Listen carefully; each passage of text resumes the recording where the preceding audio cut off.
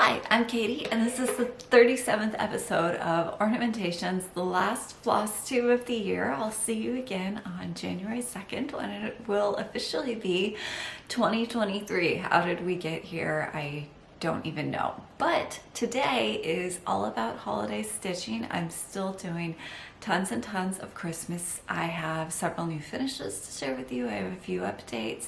And then I'm also going to have my mom on to share some of her favorite ornaments from over the years. And then also her tree with you. We've both filmed video of our trees, and that'll be in at the end of the Flosstube if you're interested in seeing them.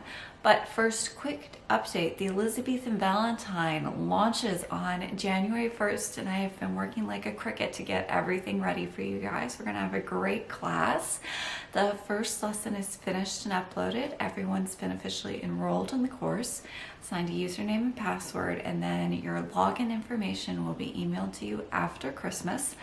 And on January 1st, I'll send an email out with a link to your very first lesson. It's going to be a wonderful class, and I'm really excited. I think it's going to be great. So I hope those of you who are in the Elizabethan Valentine class are looking forward to it as well, because I really am.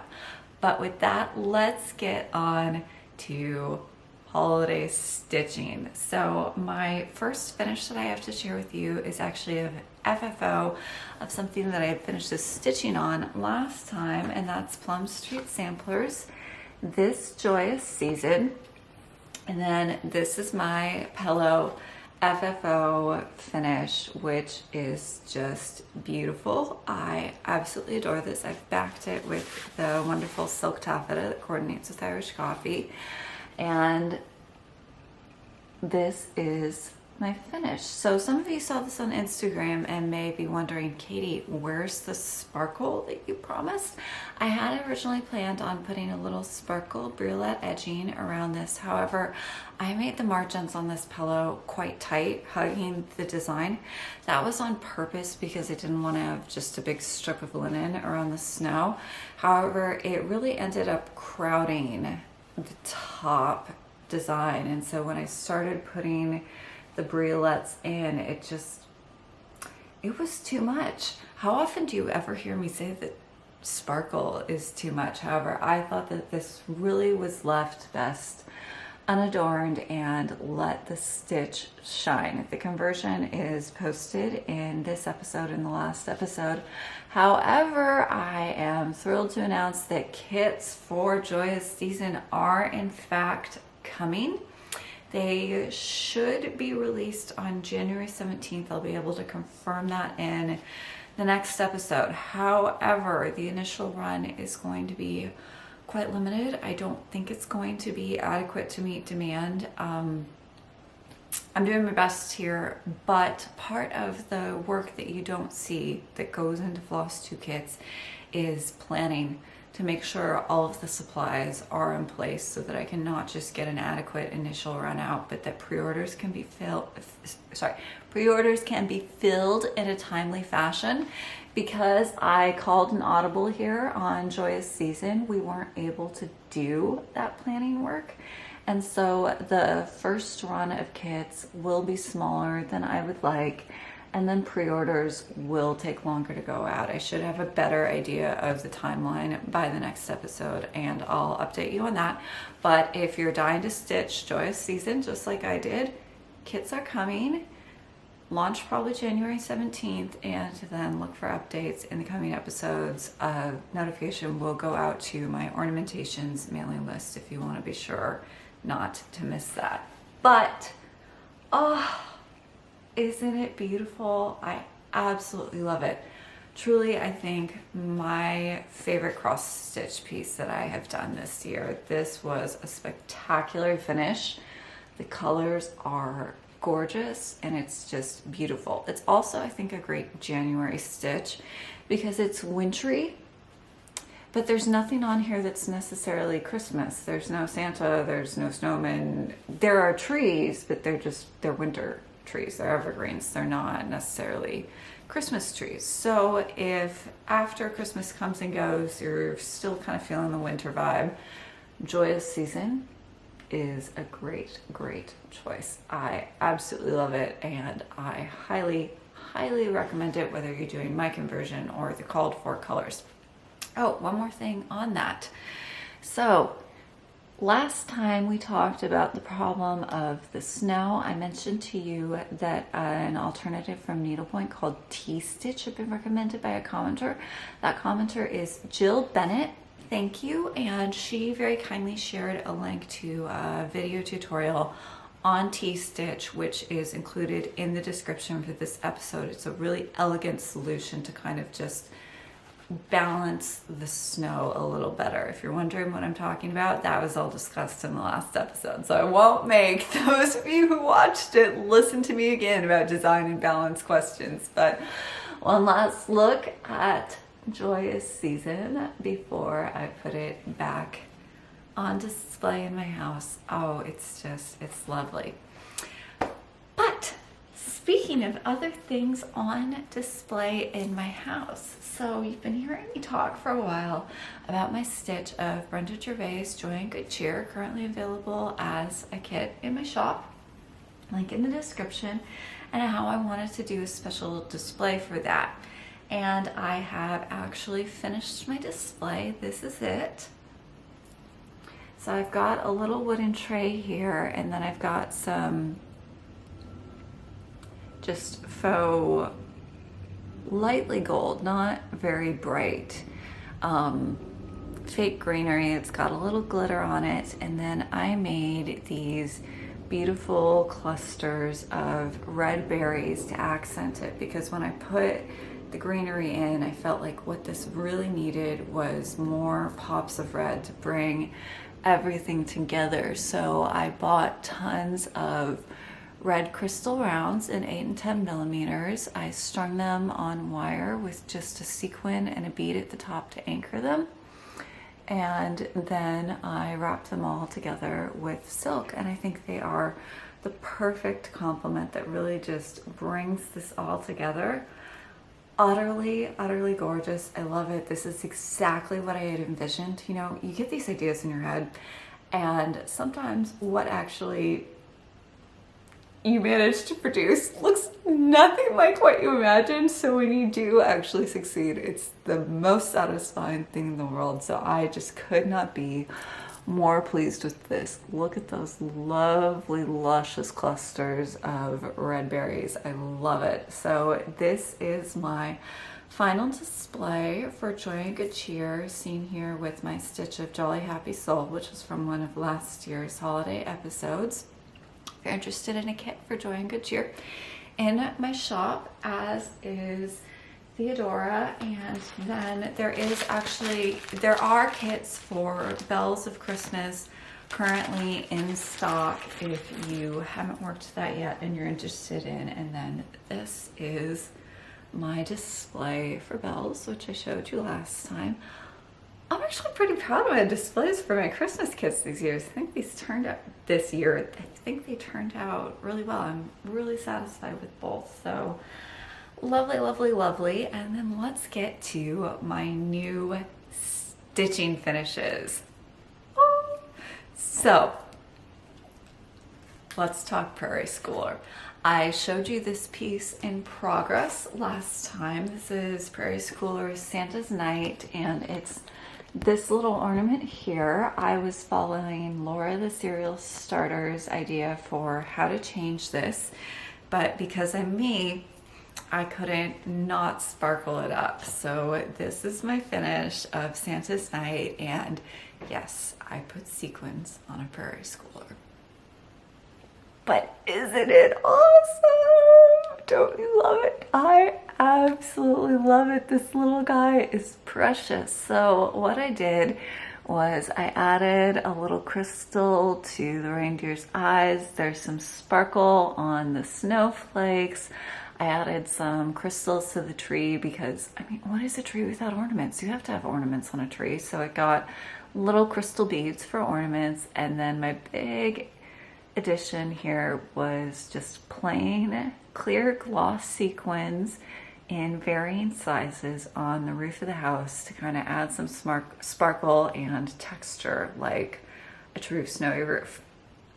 but sparkly and made with sequins. So not really like a snowy roof, just my little excuse to do Katie's sparkle perm. And then I did the crystal briolet edging, just like I did on Rudolph and Friends. So these two are hanging close together on the tree, and I love them so much that my next stitch is definitely going to be the companion ornament seen here in the same kind of colorway and finish. We'll see how many new sparkly additions I can manage to put on this guy.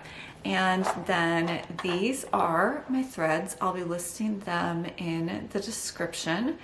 And oh, I also forgot on the sparkle front. So it's quite hard to see, but some of the red, so the presents, the candy canes, those are accentuate and surfine, and those also sparkle. So this little guy on the tree is small but mighty, and he's stitched on Legacy Linen 38 count Himalayan fog. This is actually my first time stitching on Himalayan fog. I love it. I think the colors just pop on it. Gorgeous. So could not be more thrilled with this guy, and this is not going to be the last time you see me put sequins on a prairie schooler. I had a lot of fun with that. I know that's very not prairie schooler-esque, but you know, I can't follow instructions. So Katie's sparkle prim, it's a thing. I'm not going away with that. So look for me to do the next Santa's Night. I'm really excited about it. And then my next cross stitch finish is When Santa's Away. So my conversion was inspired by the stitch that my new stitchy friend Carolyn did. Well, my old friend who is a new stitcher did of When Santa's Away. I showed hers to you several episodes ago. I'll try and put that in the description so you can see hers. Unfortunately, I didn't take a photo because I'm a big goof. And not just my choice of ground, but my choice of colors was really influenced by what she did. However, I stitched mine on 45 count instead of 38 to make it more ornament size. I managed to screw that up. More on that in a second. So this is my finish that isn't yet blinged out. I'm going to do my crystal spiral rope trim on it, and these are going to be the beads in a color called Emerald. It's a dark, luscious, very blue toned green that's going to go beautifully. Oh, isn't that going to be gorgeous? I think that's going to be beautiful. These came weeks ago, and because I have a big chest full of seed beads, I didn't think to look if I had beads to match the crystals, because I was like, oh, I have tons of green seed beads. My taste in green is much more yellow toned green, like what I'm wearing right now. So are my beads. I had absolutely nothing that coordinated with this even a little bit, so I had to order some seed beads. When it came time to actually make the trim, I realized I didn't have what I needed and had to order it hot foot. So this isn't yet fully sparklified, but it will be, and I'll show you that on my next episode because the seed beads came this morning, and I'm going to be working on that right after I finish filming. I left extra margins rather larger than I might have otherwise, because when you're doing a really heavy trim, I think it just works a little better to have a little extra design space so that the sparkle isn't choking the design like it would have been here. That was a hard-learned lesson that I've made that mistake before. However, I think I left a little too much space, especially on these sides, so the ornament turned out a little larger than I had been imagining, but that's okay. It still looks great. And this is my stitch. This is all Soie Surfine. I'll post the conversion in the description, and the numbers can be translated to 103 if you'd rather stitch on a lower count. And then I did one other cool thing here. By the way, this is Vonna Pfeiffer's flat ornament finish. I just did extra padding on the front to kind of round it out, and I think that looks great. It's a really nice finishing style. So inspired by Jill Bennett bringing needlepoint stitches into cross stitch, there was the question of what to do with the boot top, because as many of you agreed, I didn't really like the fake fur look there. Neither did Carolyn. She did accentuate and surfing. That's a little thick for 45 count. So what I ended up doing was stitching with slaw goblins and a textured cross stitch that is a long staggered rectangle. So the stitch is called oblong alternating cross. I will show you alternating oblong cross. And this is as it's diagrammed in the needlepoint book, which I referenced last time. I made a few changes to make it fit 45 count better. So this goes up 3 over 1. My crosses are up 4 over 2. So that would be up 4 threads over 2 threads, whereas your standard cross would be up 2 over 2. It's a square. So that's a rectangle. And because the crosses are bigger, I did it in the thicker Goblin's thread, and those longer stitches really show off the shine of Goblin's, maybe not so much in video. And then that extra little bit of texture. It's quite a subtle effect, but I think it works beautifully. It finishes this off, and yeah. I hung this on my tree already. I'm going to be taking it off to put the sparkle trim on, but that's when Santa's away. Love it. So, oh, by the way, if you're going to do any kind of textured stitch brought in from needlepoint, you can count these. I don't think it's the easiest thing in the world to do. So what I did was I back stitched an outline for the boot top with soie surfing. That was how I established my count, and then I just filled in, which worked really well. So if you're kind of interested in testing the waters a little bit, the needlepoint book is a great reference of all kinds of stitches, some of which would be really cool in cross stitch. I'm probably going to be trying more of that myself because I love how this turned out. It doesn't work for everything, but just kind of as an accent effect, I think it can be absolutely great. So my next finish is not cross stitch, but I've got stuff absolutely everywhere, so I'm gonna pause this and come back to you with some more fun sparkly stuff. Okay, so my last new finish that I have to share with you today before I bring my mom on to share some of her favorite Christmas ornaments is one of my embellished wool applique angels, and this was inspired by something that I found when I was sourcing materials for Theodora, my original felt ornament kit, again available currently on my website. So Theodora has little Dresden paper stars that she's holding, and when I was sourcing those, I came across these wild, I think they called them sunbursts, but I looked at that and thought, halo.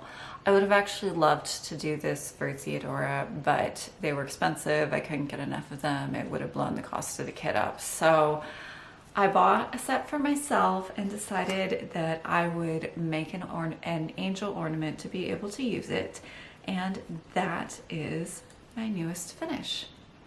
So she uses the same sequins that Theodora does for the wings, but she's got that crazy Dresden paper spiky halo that's like a nutty sunburst.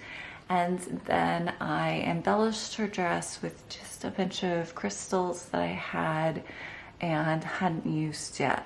These have an AB finish on them, which I usually stay away from, but I thought kind of picked up the tones in the wings really nicely. So this is my newest angel.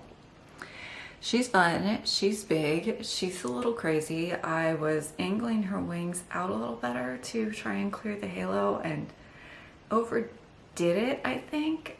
But that's the fun of these things. No two are quite alike. So I thought I would show you my entire heavenly host that I've pulled off my tree of all my angels I've done over the years. So this is the very first one. This was inspired by a Rifle Paper Company Christmas card.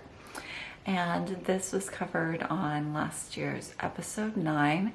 You really can't beat those pink sequins for wings. This one is a perennial favorite that always gets a primo spot on the tree. And then the next one I did after that was, again, inspired by Rifle Paper Company. This little one is quite small, so relative size, you can see, and has wings a little closer into the body. I always try and do something a little different with each of these, kind of refining my technique and exploring what works and what doesn't work. So I gave her a little, oh, it's very hard to see on camera. She's got a little wreath on her head in sparkly metallic thread, but it's ghosting. And then just plain white gloss wings. And then after that, I did this one.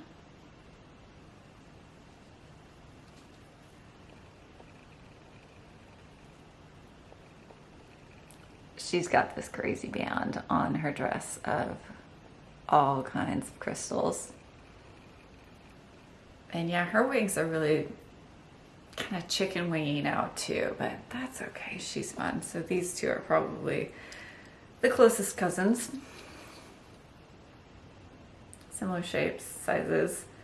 So, you really can't beat that halo. It's totally nutty. And then my other angel finish from this year was, of course, Theodora, who is smaller. If you are feeling inspired by the Dresden paper and you'd like to do something of this kind yourself, you can always size Theodora up. You've got enough materials in your kits to make her a little bigger. So just get out the copier, enlarge her until it matches whatever you want. And I don't actually recommend the sunburst because trying to stitch around those spikes was, that was quite a job. Not really fun, but there is an alternative. There were these stars. Again, not something I could get enough of for the kit, but if you just Google Dresden paper, you could probably find something similar, and this could actually just go perfectly on Theodora as she already exists if you would like to jazz yours up a little bit more. The halo on Theodora is a little smaller than some of my gigantic ones. It just looked more in scale with this one, I think, because she had so much elaborate embellishment on the bottom of her skirt. But that doesn't mean you have to do her exactly like I did her. If you want to give her a crazy halo, go ahead. If you want to like chicken wing the wings out, that works too. So the instructions and the templates are for how I did her, but definitely adaptable, and I certainly have played with the form myself a great deal. So this is my new angel. She doesn't have a name, just, I don't know, Sparkle Queen. She's so fun. I just had to make her because once I had seen these, I couldn't not do something with them because that crazy spiky sunburst halo is just really, really fun. I finished her this weekend and was so pleased to hang her on my tree. I also pulled one more old wool felt applique finish on as an introduction to having my mom on. This is again inspired by a Rifle Paper Company card, and it's elves decorating the tree. Be merry and bright.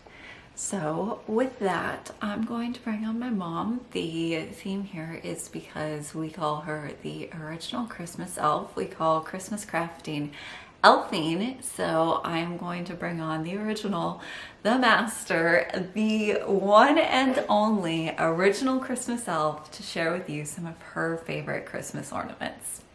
And now I have the original Christmas elf here with me, my mom, to show some of her favorite Christmas finishes and ornaments. So take it away, Mom.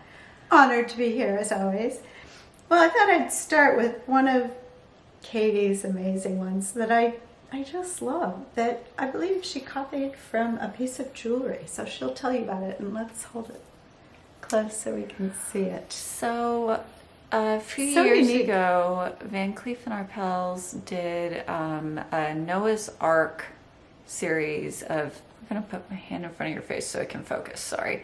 Oh, okay. Noah's Ark series of animals. They were brooches, and there was one that was turquoise and diamonds. It represented an owl, and my mom had seen the advertisement in a magazine. She tore it out and gave it to me and said, maybe you could do something with this. Of course she could. And I took up the challenge, and so I did needle lace over a silver return thread to try and get the kind of like sparkly jewelry look, and then I used silver check pearl, and so I tried to replicate the form of the owl. His body was a little too big, but you know what, you can't have everything in life. If you want the original, you're gonna have to pay Van Cleef & Arpels however many $100,000 they want. So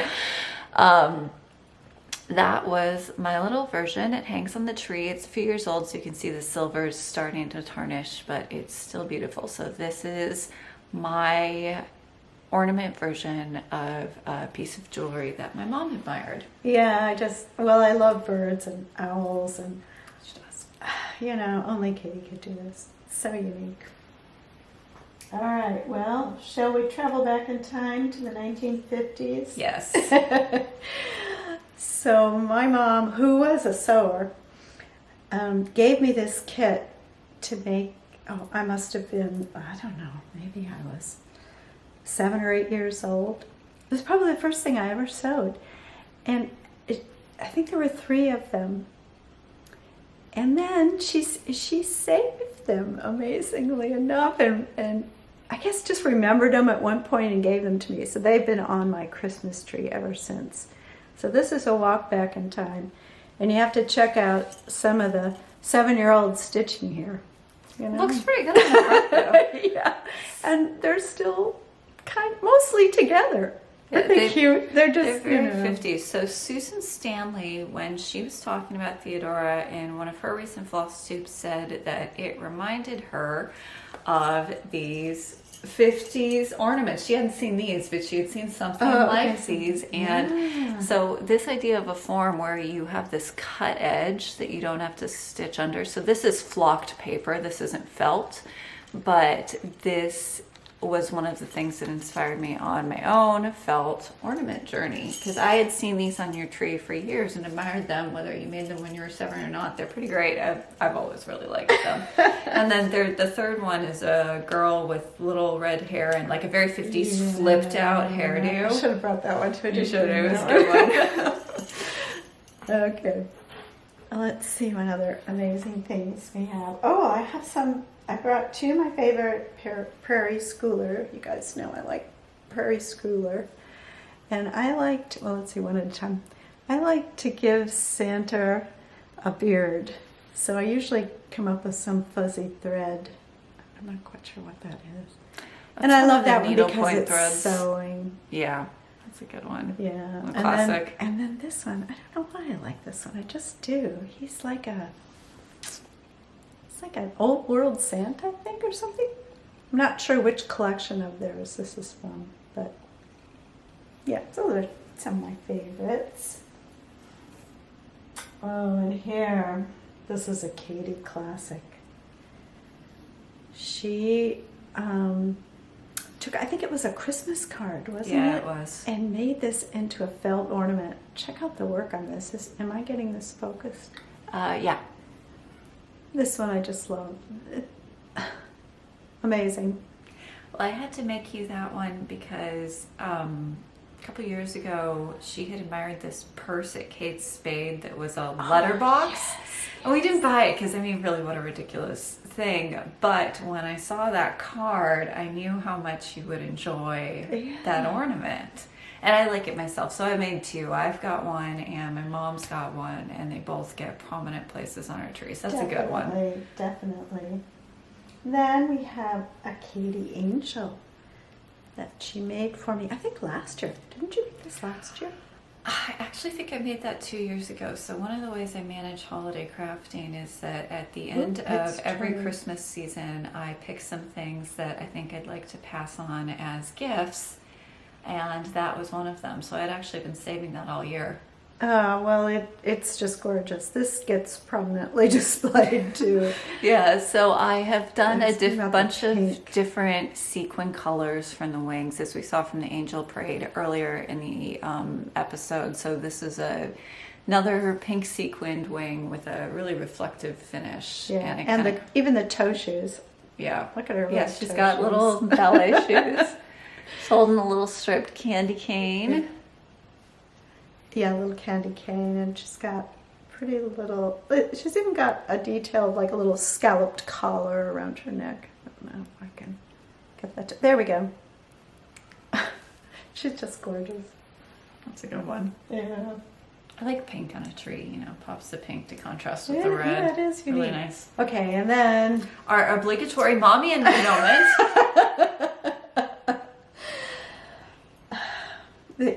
this is amazing.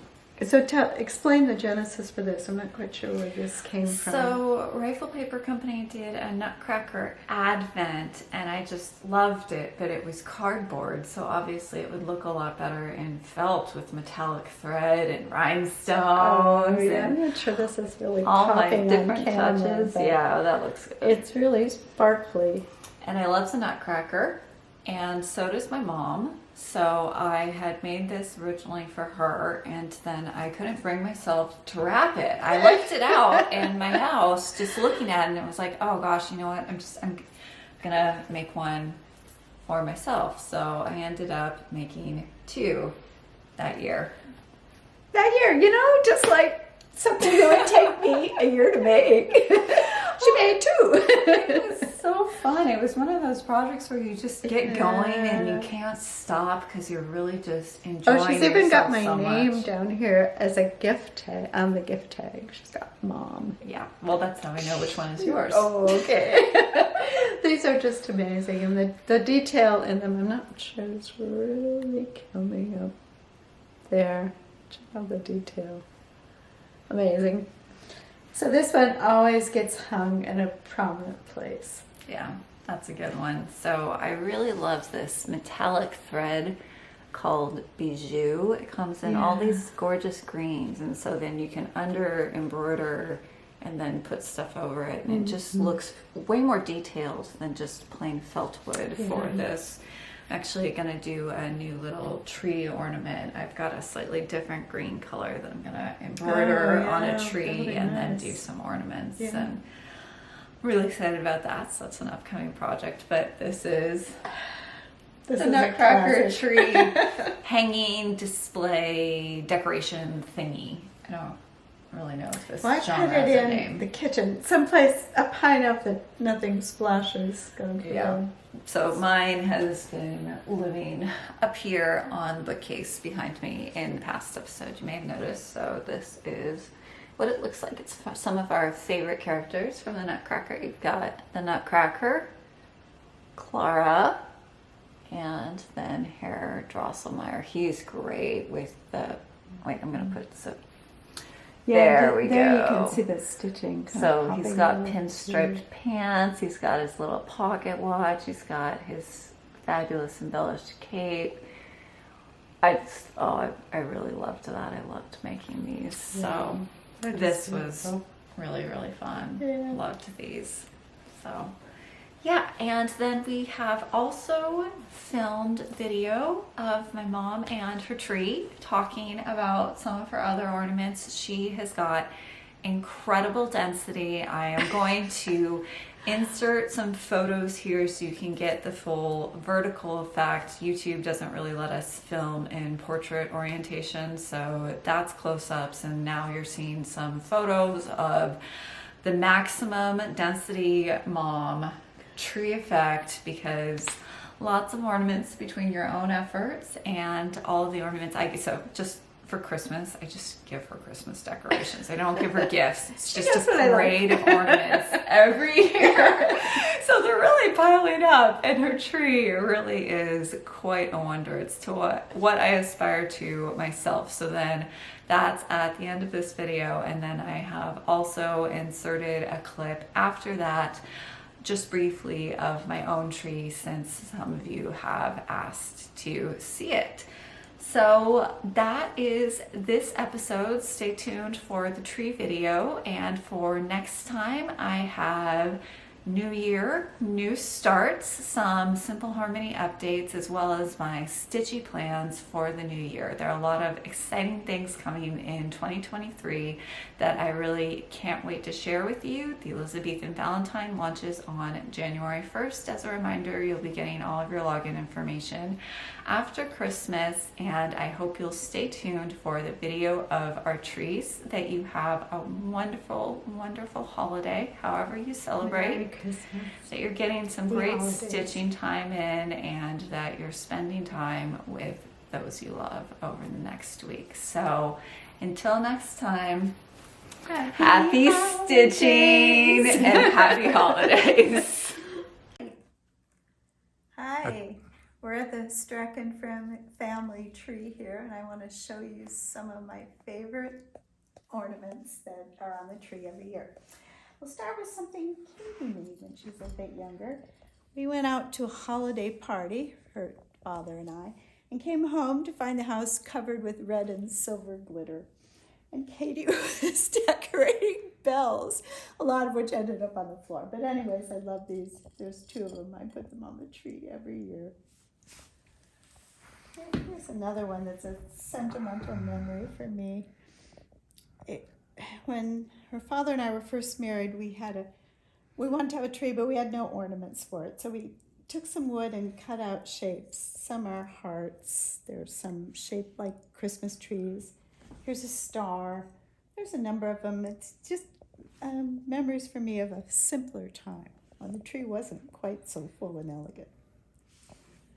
Let's see what else we have. Oh, here we have Katie's Theodora. Gets a special place. Here's a prairie schooler that I changed to the colors of my favorite ice hockey team, the San Jose Sharks. So Santa is wearing teal and silver, as he should. Here are some nutcracker ornaments that Katie made one year. She did the whole set of all the characters from the nutcrackers, and then she gave them to me for Christmas, which I loved. The nutcracker himself is here, and we have the mouse. I like these little. They were a set of 3 Santas. Here's one. Here's one, and I think here's another one. And I've got a couple of each of them that I made, which I really like. Got some little felt envelopes, which are supposed to be letters to Santa. Here's one. Here's one. There are a couple around here. And this part of the tree is my travel section. So I've gone through periods where every time we visit someplace, I bring home one thing. Like this one is from Istanbul. Anyways, that's a little introduction to our tree. Thanks.